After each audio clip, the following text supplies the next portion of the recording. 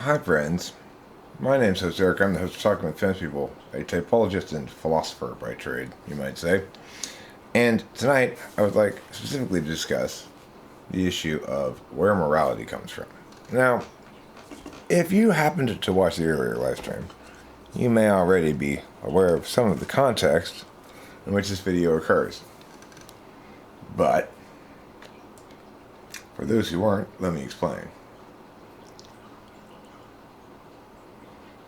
Okay, so Cloud was in the stream tonight, and the thing is, Cloud frequently annoys me, but he also ends up getting me thinking about questions that I might not normally revisit because I think I've got them addressed adequately in my own head. But that doesn't mean I've got the best explanations for what I think to be the case. It certainly doesn't mean I've gotten all the possible explanations worked out. So, when he asked me tonight, what's my stance on metaethics, or what metaethics do I ascribe to, my first question, of course, was, what does metaethics mean? Wouldn't that be your first question? You might say, but Eric, aren't you supposed to be some kind of philosopher? Yeah. So, naturally, that means I do what? I ask a question if I don't understand something. What does he mean by metaethics? I don't know what he meant. So what he tells me is, he means, where does morality come from? Why did I just ask that question? I don't know. My response was, it just comes from being human, which isn't a very good response. But my response basically was, you're talking about something that there's no practical, real need to philosophize about. Like, we all operate as though there were ethical norms that we should ascribe to. And beyond which, we all experience, unless we're sociopaths, psychopaths, some sort of sense of compassion, empathy, whatnot, right? But it's still not a really satisfactory answer.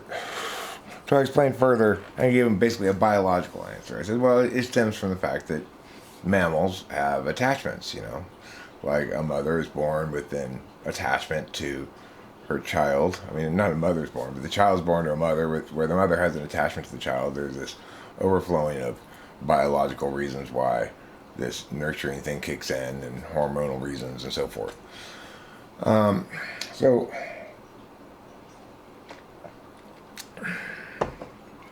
then he said something along the lines of, I think he was ascribing to a certain school of thought that, I don't mean to ascribe it to him necessarily, that that normative statements can't be true. They can't be objectively true. And I said, well, why wouldn't they be objective? If it is objectively true that normative statements can't be objectively true, why can it be objectively true to make statements about normative statements, but not to make normative statements themselves? Well, I thought about this sense, and that answer was unsatisfactory. The answer is that making statements about statements and making statements about the world are different things. It's just that in that instance, either way, you're making statements about statements. So, whether I'm saying it's morally wrong to steal, I'm not really talking about anything in the world concrete, except in a conceptual sense, right? Which is different than it was wrong for you to have stolen that, right? The former universalizes conceptually because it's not about a concrete statement, it's a statement about statements. Really, is what it is. And I'll explain a little further here. So then, Cloud clarified, and I didn't catch this real time, but I saw it after the fact, so I kind of rewatched part of that stream. That he was saying there's a distinction between ought and is. So let me explain this. This is something that you hear a lot from what I would call like bad amateur philosophers. So there are four kinds of statements: prescriptive, normative, descriptive, and predictive. Two kinds of them are ought statements, prescriptive and descriptive. Prescriptive and normative.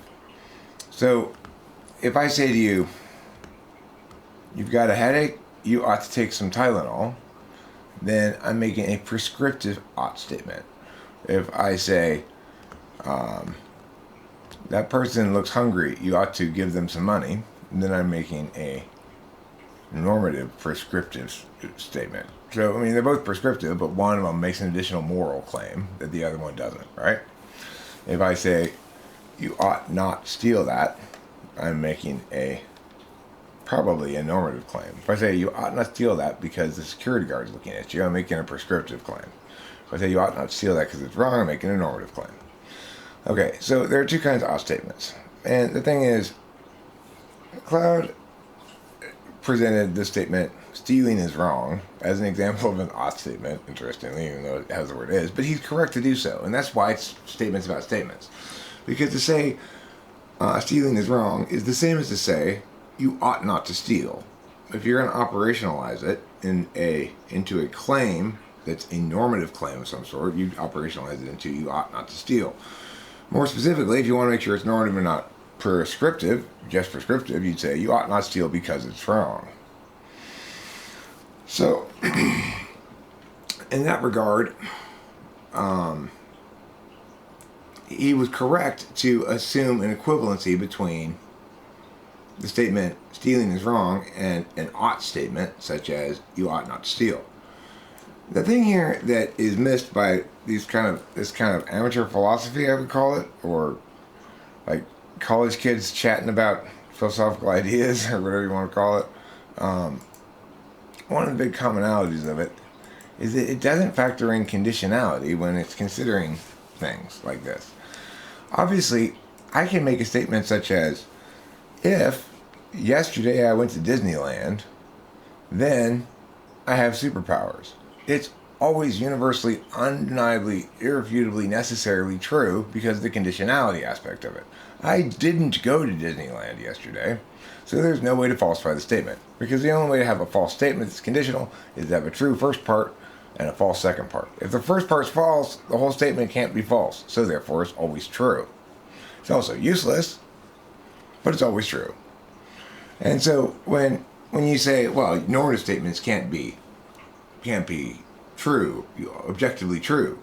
Well, if you turn them into conditionals, they can. And to a certain extent, all statements they include some conditionality to them. In other words, to make a claim such as that is a tree is to imply I believe that is a tree. In other words, there's no distinction between the statements that is a tree and the statement I affirm that is a tree. The statement I affirm that is a tree means I uphold it as something that ought to be deemed true, right? That statement ought to be deemed true, not just by me, but by you as well. So it's implied. So, in other words, what's sort of conditionally implied by any statement is if you disagree, say something. If you don't disagree, if you don't say anything, I'll assume you agree and move forward. That's a sort of conditionality built into any statement making, at least from a TI perspective. And we are going to get into the MBTI part of this in a second. I know that I don't want this to have been a false advertising title or something. Ought versus English prime. So English prime is a way of speaking English that always requires the subject, verb, object construction, and the subjects to be actual subjects. It disallows what are known as reification fallacies, which is to say, to treat that which is an object as that which is an object as though it were an agent, basically. So, in other words, there's been advocacies by a variety of philosophical linguists / scientist types that say scientific papers should be written entirely in English prime, which would require the scientists to say things like, I observed Kathleen pick up the beaker and move it across the room, pouring this many. I observed the liquid within the beaker to reach the line reading 85 degrees, or 85 whatever, milliliters or whatever, And I then poured the liquid into the larger container in which, previously named Mia. And so you have to make it so that there's no equivalencies. There's no metaphor. There's no use of is. There's no be verbs. There are no linking verbs. It's all real verbs done by real agents who are actually doing things. And conclusions, therefore, have to be written in the same way. I concluded the following. Ergo, I concluded the following relies upon, of course, the preceding to the following to follow from the preceding. And if it does, then the reader presumably can see that, and if not, then they can't. Of course, at the end, when you're interpreting your results, probably there's a little bit more looseness with the language, but at least in terms of dictating your methodologies and processes in scientific process, English prime is advisable to be used because it avoids metaphor that's unavoidable anytime you use be verbs and other linking verbs. So, what I was thinking about in the bath, though, after being irritated by Cloud in the live stream was, well, you know what, Eric, you've always said that cognitive functions is the metaframe. Therefore, cognitive functions really ought to explain the answer to this and basically every other question that can be asked. In other words, to functionally function as the metaframe, it's got to account for everything. Whatever question you ask, it's got to be able to explain it in its terms. And so the answer to this question, where does morality come from, according to cognitive functions in the metaframe, is as follows. It's a confluence between our real-time experiences, human beings, our real-time experience as human beings, which manifests as the functions SE, SI, FITE, more than some other, and then the other functions, and then the cross-time or turn-based approach, which manifests in TEI, FE, NE, and NI. Now, that communication one, the turn-based one, that links to this concept of ownership. And the real-time experiential one links to this concept of interest. The biological explanation I gave earlier for where morality comes from is the interest part. The mother has a biological interest, as well as a instinctual interest, as well as just an interest that's inherent to its being to protect its children and love its children and nurture its children more than a squirrel that's nearby. Some random squirrel, right? So these two time frames are both ways of expressing how interests can be valued in a way that generalizes. If you're talking just about interests, then it generalizes in the sense that everybody can identify. Everybody can identify with the loss of something. Now, the way the time frame is determinant here is the turn-based time frame, meaning that because of language, we can retain a record of experience as a map of what happened to us or meanings therefrom. And accordingly, we can see our losses and gains or in relation to our interests through different frames of time. So it's very obvious that if I spend a lot of time tilling my land, planting a bunch of crops, growing a bunch of crops, spend all summer working hard, laboring, watering them, weeding them, whatever, doing the farming stuff, and then right at harvest time, some armed men come in and take all the crops away from me, and injustice has occurred. I have lost in terms of interest because I had access to all those crops and now I no longer do. But there's an issue beyond just having access to crops and no longer having access to it that's linked to the time investment. And that's what's kept track of with the language. That's where the concept of ownership comes in. So when I say that moral statements or normative statements are objectively true if they're negative prohibitions against rights violations or something, what I'm saying is if we agree that slavery is wrong, that you can't own other people, that they own themselves, then we can infer a lot of things logically that are objectively sustainable as arguments because of the concession implicit in the notion that slavery is bad, which is that you own yourself. That doesn't mean that you have complete autonomy to do whatever you want to, because obviously there are universal obligations that confer on each individual a duty to not violate the rights of others or to forfeit the reciprocal expectation that their rights be respected. Okay, so to finally wrap things up and to link it into cognitive functions in full is to link it back additionally to the prime directive. What are cognitive functions? Well, cognitive functions are ways of paying attention. Might also call them ways of being. And what is a type? A type is a pair of cognitive functions being predominant as an expression of being within a given individual, which implies that being's relationship, each of which implies that being's relationship with three other functions. So, in other words, I'm NETI. That's the same thing as saying I'm NI5th, the same thing as saying I'm TE6, same thing as saying I'm FI7th, the same thing as saying I'm SE8, the same thing as saying I'm SI4th, the same thing as saying I'm FE3rd. Saying I'm NETI and any of the other things are all saying the same thing, just we're trying to explain it from different angles, okay? So the prime directive then is how we explain what a cognitive function type is. It is a configuration, a configural strategy towards managing, narrowing the distance between expectations and realities. The prime directive, the only thing that we can universalize and say everybody has this desire.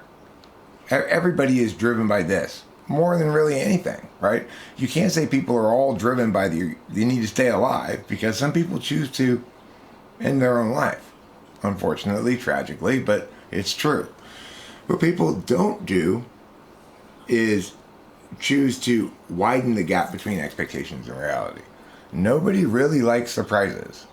Now, if your expectations include a certain amount of surprise, like when you go to watch a movie or something, you don't want to be bored by seeing something you've seen before 1,000,000 times, probably. But some people do like to rewatch shit over and over and over again. Regardless, the point is, it allows us to define type. And if we then ask this question of morality, how it links into the prime directive, well, it links in very clearly. The communicative half, the turn-based half of human experience, of human being, wants to have expectations that when they put in work, like at a farm, for a long time, that the reality is going to include being able to harvest at the end of that time. That they're not going to have their shit stolen from them. And so there needs to be some words in place to account for things that are non-experiential and descriptive distinction, but instead are differentiated by length of relationship over time, right? So if I came across a big pile of corn and I'm about to go grab it for myself and somebody else runs up and grabs it in front of me instead, and it's just a random pile of corn lying somewhere and it doesn't belong to anybody for some reason, well, I go, well, hey, I was here first is not very compelling reason to lay claim to all those corns, right? It's kind of like, well, then you better start grabbing some, because I'm grabbing them too. Free corn, why not? On the other hand, if I spent all season plowing and planting and hoeing and weeding and insecting and whatever, farming, then obviously my investment is much greater, and my expectation, the importance of reality meeting my expectation is much more significant than if I just happen to find some corn. And because language allows us to keep track of our interests over time, it also allows us to construct, and necessitates in fact that we construct, a morality accordingly. Namely, that we can experience in the moment the sadness of a homeless person and still say it's wrong for them to steal. And both those things be true, To the extent that sadness can be true or false, anyway. So I hope this video was good. I feel like I did a good job of explaining things. So hopefully you enjoyed it, and thank you for watching. Thank you for Cloud for engaging me, even though you pissed me off in the moment. You do get me thinking about some interesting things, questions that I wouldn't probably otherwise revisit.